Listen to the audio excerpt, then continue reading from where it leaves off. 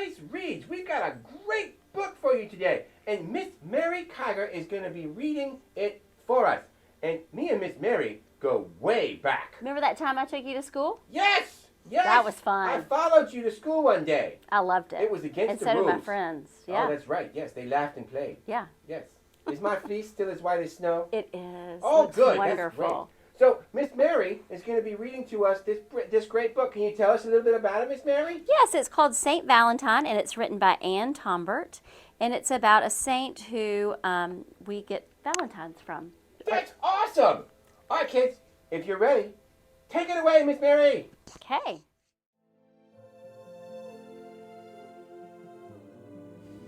Saint Valentine's life is a mystery. He may have been a Roman nobleman. He may have been a doctor. He may have had a shop near the Forum, the marketplace of ancient Rome.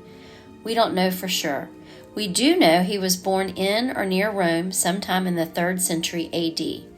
We know he was a Christian priest during the reign of the Roman Emperor Claudius II. The rest is legend. Valentine lived during a time when Christians were considered traitors. They frequently suffered death because they refused to worship the emperor and the many Roman gods.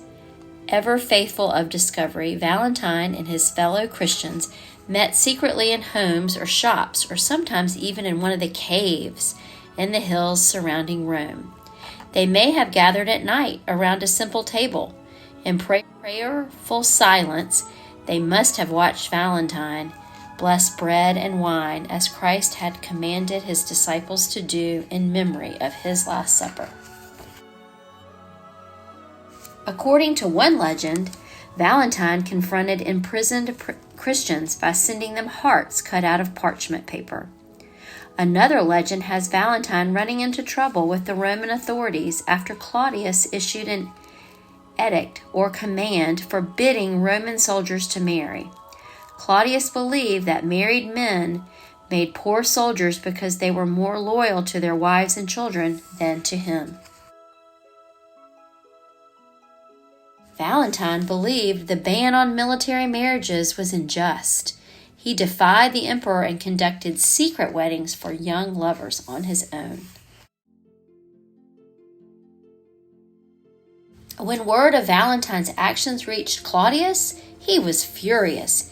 He declared Valentine an enemy of the empire, and he had him seized and thrown into jail.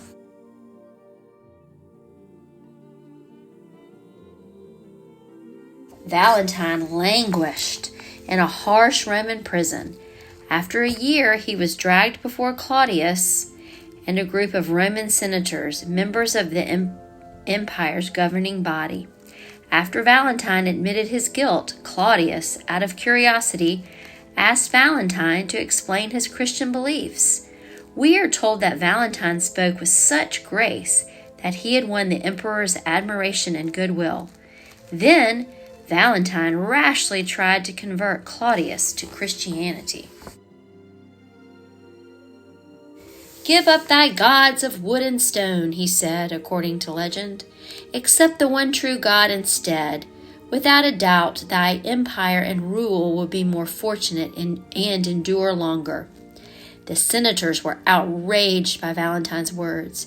They demanded death for this man preaching false doctrines. But Claudius wanted to spare Valentine's life.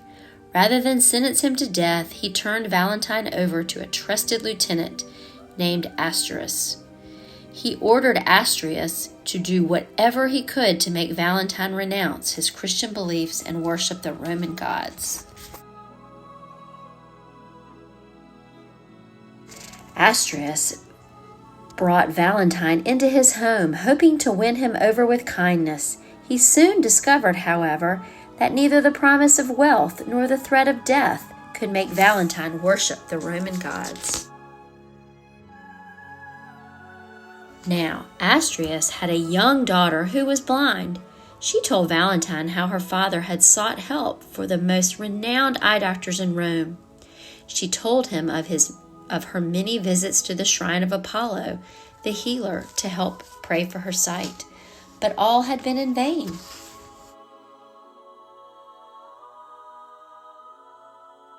Valentine asked Astrius if he might try to restore his daughter's sight. At first, Astrius was reluctant to doom his daughter to another disappointment, but eventually he agreed.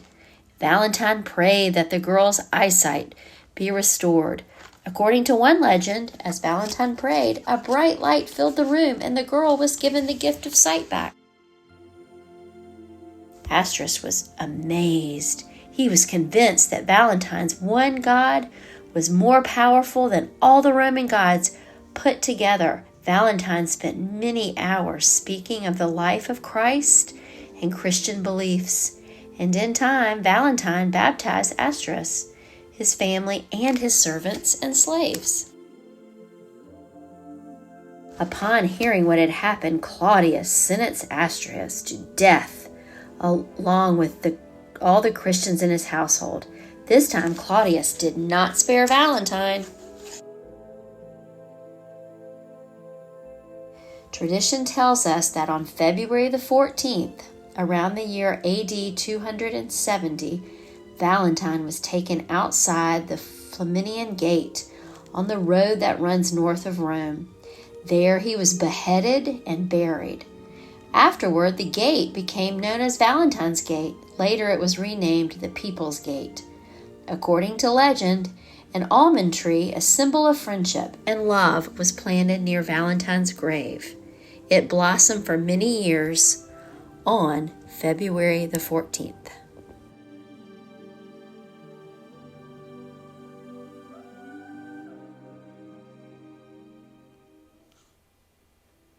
That was great. What a great book, Miss Mary. Thank you so much for reading it to us. Wasn't that fun? And in the Yes. spirit of Valentine's Day this year, be sure and tell your friends and family how much you love them and how special they are to you, just Yes. like St. Valentine did. Yes, be my Valentine. Would you Yes. be my Valentine, Miss Mary? Of course. And we'll go to Yeah. school again next week. How about that? Sounds great. Okay, good. Okay, kids, thank you, and we'll see you soon. Bye. Bye.